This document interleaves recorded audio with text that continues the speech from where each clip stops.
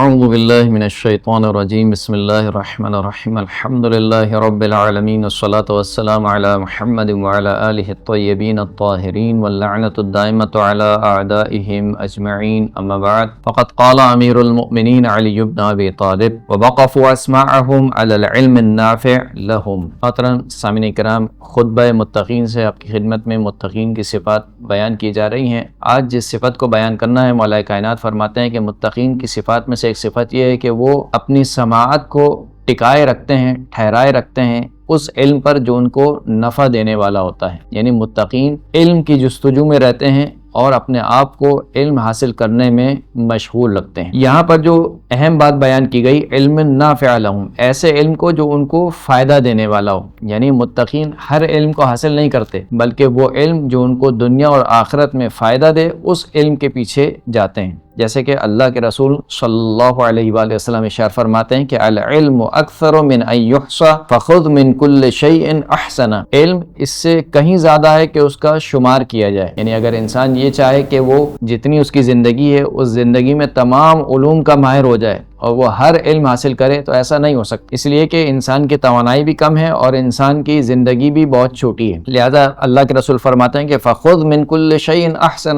بس علم میں سے ہر وہ علم جو کہ احسن ہو، بہترین علم ہو، اس کو حاصل کرو۔ بہترین علم دو ہی ہو سکتے ہیں، ایک وہ جو آخرت کا علم ہے، وہ تو انسان کو حاصل کرنا ہی ہے۔ دوسرا علم دنیاوی علوم میں سے بھی بہت سارے علوم ہیں، ان میں سے کون سا علم حاصل کرے؟ وہ علم حاصل کرے کہ جو معاشرے کے لیے مفید ہو، جس علم کے اوپر انسان کی زندگی مترتب ہوتی ہو، انسان کی زندگی کا کاروبار چلتا ہو، اس علم کو انسان حاصل کرے۔ لہذا امام محمد باقر علیہ الصلوۃ والسلام ارشاد فرماتے ہیں کہ یا جابر واللہ لحدیث تصیبہ من صادق فی حلال وحرام خیر لک مما طلعت علیہ الشمس حتی تغرب۔ اے جابر، ایک حدیث جو تم حلال اور حرام کے بارے میں کسی سچے شخص سے سنو، یہ تمہارے لیے ان تمام چیزوں سے بہتر ہے کہ جس کے اوپر سورج طلوع کرتا ہے یہاں تک کہ وہ غروب کر جائے۔ یعنی حلال اور حرام کا علم سب سے بہترین، اشرف ترین جو علم ہے، نافع ترین، فائدہ مند ترین جو علم ہے، وہ سب سے پہلے حلال اور حرام کا علم ہے، شریعت کا علم ہے، وہ انسان کو حاصل کرنا ہے۔ پھر اس کے بعد معصوم ارشاد فرماتے ہیں کہ یغدو الناس علی ثلاثۃ اصناف عالم ومتعلم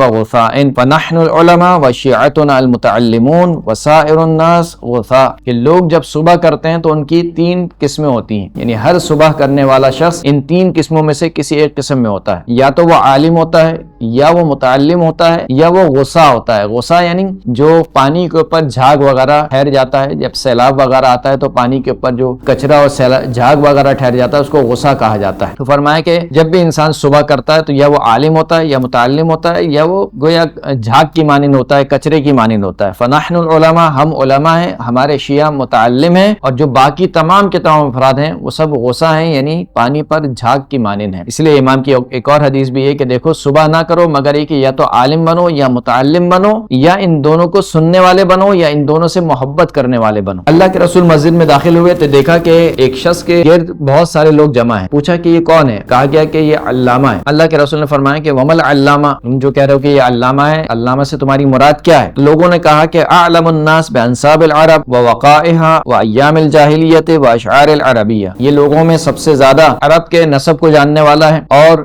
جو عرب میں جتنے بھی واقعات ہوئے ان کی تاریخوں کو جاننے والا ہے، اسی طریقے سے ایام جاہلیت کو جاننے والا ہے، اور اشعار عربیہ کو سب سے زیادہ جاننے والا ہے۔ اللہ کے رسول نے فرمایا کہ ذاک علم لا یضر من جہلہ، یہ وہ علم ہے کہ اگر کوئی شخص اس علم سے جاہل رہ جائے تو اس کی یہ جہالت اس کو کوئی نقصان نہیں پہنچائے گی۔ ولا ينفع من علمہ، اور یہ وہ علم ہے کہ جو اس کو جان لے تو یہ علم اس کو کوئی فائدہ نہیں پہنچائے گا۔ یعنی ایک شخص جو مثال کے طور پر انصاب کا جاننے والا ہے، بہت زیادہ اشعار عربیہ کو جاننے والا ہے، اس کو کیا فائدہ ہوگا؟ نہ دنیا میں کوئی فائدہ ہے، نہ آخرت میں اس کا کوئی فائدہ ہے۔